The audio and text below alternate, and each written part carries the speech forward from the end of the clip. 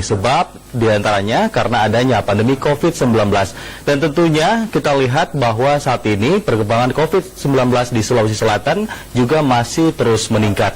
Dan pada petang hari ini kita akan berbincang dengan Dr.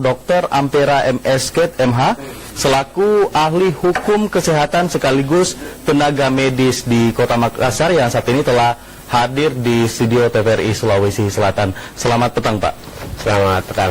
Oke, Dok, ini bisa dijelaskan kalau sekarang ini sudah menjelang pemilihan kepala daerah serentak tahun 2020. Tentunya ini tidak diinginkan untuk menjadi klaster baru. Bagaimana tanggapan Anda melihat proses yang telah terjadi beberapa hari terakhir ini? Ya, jadi memperhatikan dinamika perkembangan masyarakat terkait dengan pilkada ini, terkesan bahwa masyarakat cukup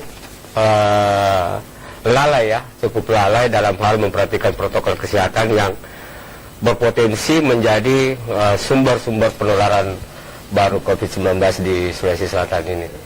Berarti ada potensi untuk penyebaran COVID-19. Tentunya, Dok, ini tidak diinginkan karena apalagi kita melihat bahwa peningkatan di Sulawesi Selatan masih terus terjadi.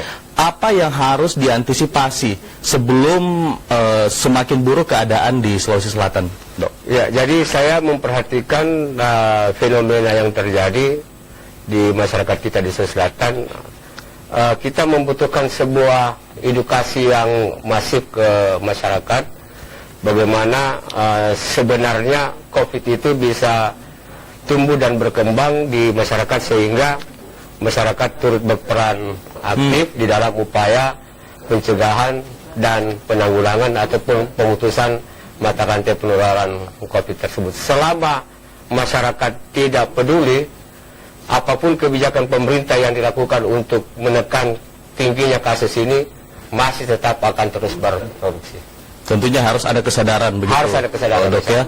Nah, Dr. Ampera tadi sempat menjelaskan bahwa akan ada peluang untuk penyebaran COVID-19 jika masyarakat tidak komitmen untuk menjalankan protokol kesehatan. Nah, kalau melihat secara realistis di lapangan saat ini, Dok, apakah masyarakat dan juga yang ikut berkontestasi seperti bakal pasangan calon ini sudah berkomitmen untuk menjalankan protokol itu atau seperti apa? Ya, jadi meskipun mungkin itu merupakan sebuah syarat atau kriteria yang dipersyaratkan oleh Komisi Pemilihan Umum, tapi masyarakat sepertinya mengabaikan semuanya. Karena kenapa? Saya melihat bahwa di pandangan masyarakat itu terkait dengan COVID ini, itu seolah-olah COVID itu antara ada dan tiada. Sehingga masyarakat menjadi longgar, dan ternyata bahwa ini tetap berdampak pada tingginya kasus-kasus COVID baru di Sulawesi Selatan, khususnya di Kota Makassar ini.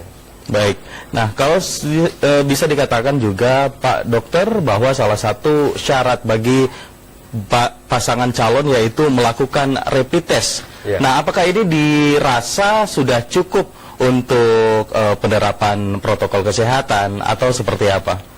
Ya, jadi dari beberapa kesempatan, bahkan beberapa tulisan-tulisan saya terkait dengan rapid tidak boleh dijadikan sebagai indikator ataupun sebagai diagnostik bahwa seseorang itu terbebas dari COVID, karena meskipun dia rapid negatif, tetap punya potensi untuk menjadi sumber penularan, karena pada pengukuran rapid test itu yang diukur adalah titer antibodinya. Nah, ketika infeksi terjadi, baru saja terjadi, kemudian hari ini dilakukan pemeriksaan rapid test, maka memberikan hasil yang juga non-reaktif, yang biasanya kita kenal dengan istilah pseudo non-reaktif. Artinya apa?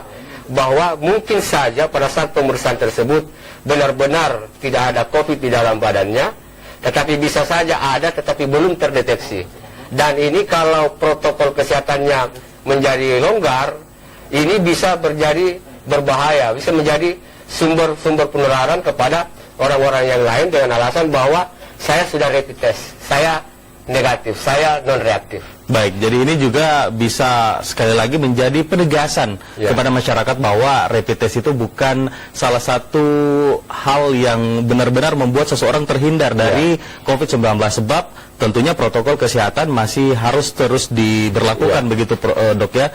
Karena jangan sampai kontestasi atau pesta politik ini membuat COVID-19 juga ikut berpesta, dok ya? Berpesta, betul. Ya. Betul, itu yang harus dihindari. Nah, yang paling riskan di sini, dok, karena kita lihat bahwa pemilih diantaranya ada yang berusia lansia. Sementara pasti di kenyataannya pada saat di lapangan akan ada kontak antara petugas dengan pemilih yang notabene lansia, dok. Apa kira-kira yang harus